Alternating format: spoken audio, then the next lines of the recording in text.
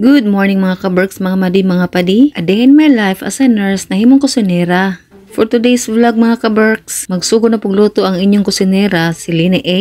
Sayo ko ni mata ganina, mga 4:30 mata na taon ko. Kaya mo na magani akong gi-career karon ang akong pagluto. I love cooking, manggod. Maong ako gud gipangunayan na pagluto sa akong business nga karinderya. Kay para pod na ako income every day. While waiting sa tawag sa NMMC, so nagkalingaw sa ko luto sa akong karinderya. Pinili akong karinderya, natukod na ko ni 2014. So taod-taod na pod siya no. Well guys, kung ko sa una sa nursing, so sige po kong luto, sayo gyud pong mata. Kay para lang yun na income kada adlaw. Ug hindi po akong karinderya mo inakabag-abag sa akong pag-eskwela sa akong manghod. Pinaagi ba sa akong karinderya ang akong manghod nakahuman taon. Karon ako manghod, isa na ka-registered nurse og USRA na pod. Dili ginato mahibala ng kinabuhi sa tao ba. Bahala nag-agi tag mga kalisod, mga problema, pero laban lang gyapon. Basta ka na ning kamot ta og inubanan po sa tong mga pag-ampo. Ready naman din sila niya nagsuot nag-apron. Need gid ta magsuot og apron ko magluto ta sa kusina kay para dili dali mahugawan na atong sanina. So nga ako lang unang lutuon karon, pork kiniling with patatas and carrots. Ako day una nagmata na sa amoa. Kinaana da bod akong lawas nga sayo gid ko mata. Ang ako ra nagtikaw-tikaw una diha sa kusina. Ako ginagipaspasan pagluto kay 10 pabaya kabog akong lutuon. Basta magluto ko mga ka-berg, serious kay ko ana. Kaya dapat kumuluto ka inubanan gid sa paghigugma. Char. Munang giingon nga cook with love.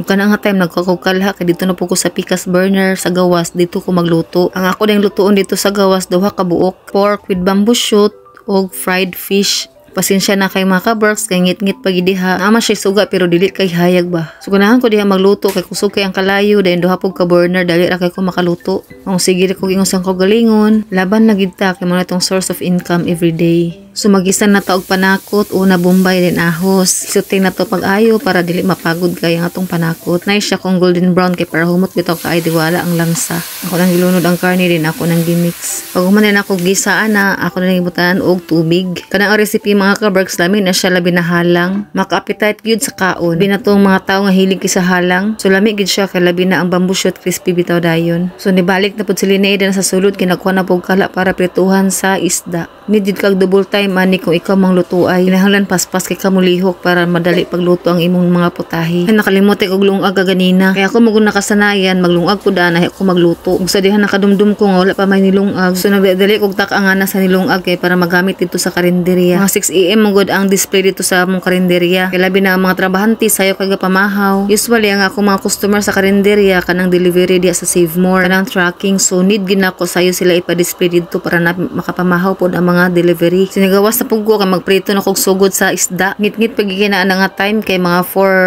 4:45 man siguro na or mga 5 AM. So nadugay po ko na paghuman kay saon lagi nag-vlog pa man ko. Double purpose kini akong gibuhat karong buntaga ba.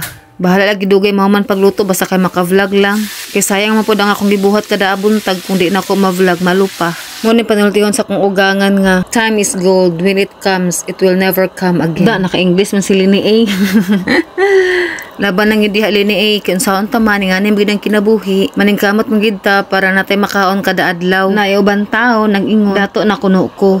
Oo, dato sa paghigugma.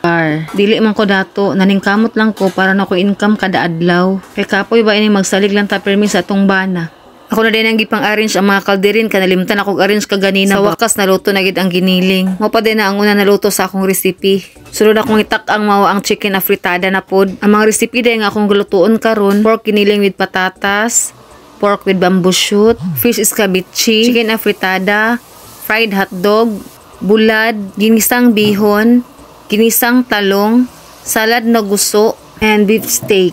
So mo din ang beef steak mga ka-berks o kana akong giluto karon. Dali ra na maluto ang beef steak kay ako nang gilat-an ng karning baka kagabi. So kana nga time nagmata na ako mga sakop kay 5:30 naman na siya sa buntag. Na akong brother nga naghiwa sa talong mo na siya ang gabantay sa karinderya. So nakaluto na ko sa tulo ka putahe ana. Then ready na po na siya i-display dito sa karinderya. Mo din na akong last nga recipe nga lutuon. So as we can see hayag na gid ang gawas. Daghang salamat sa pagtanaw. God bless. Bye!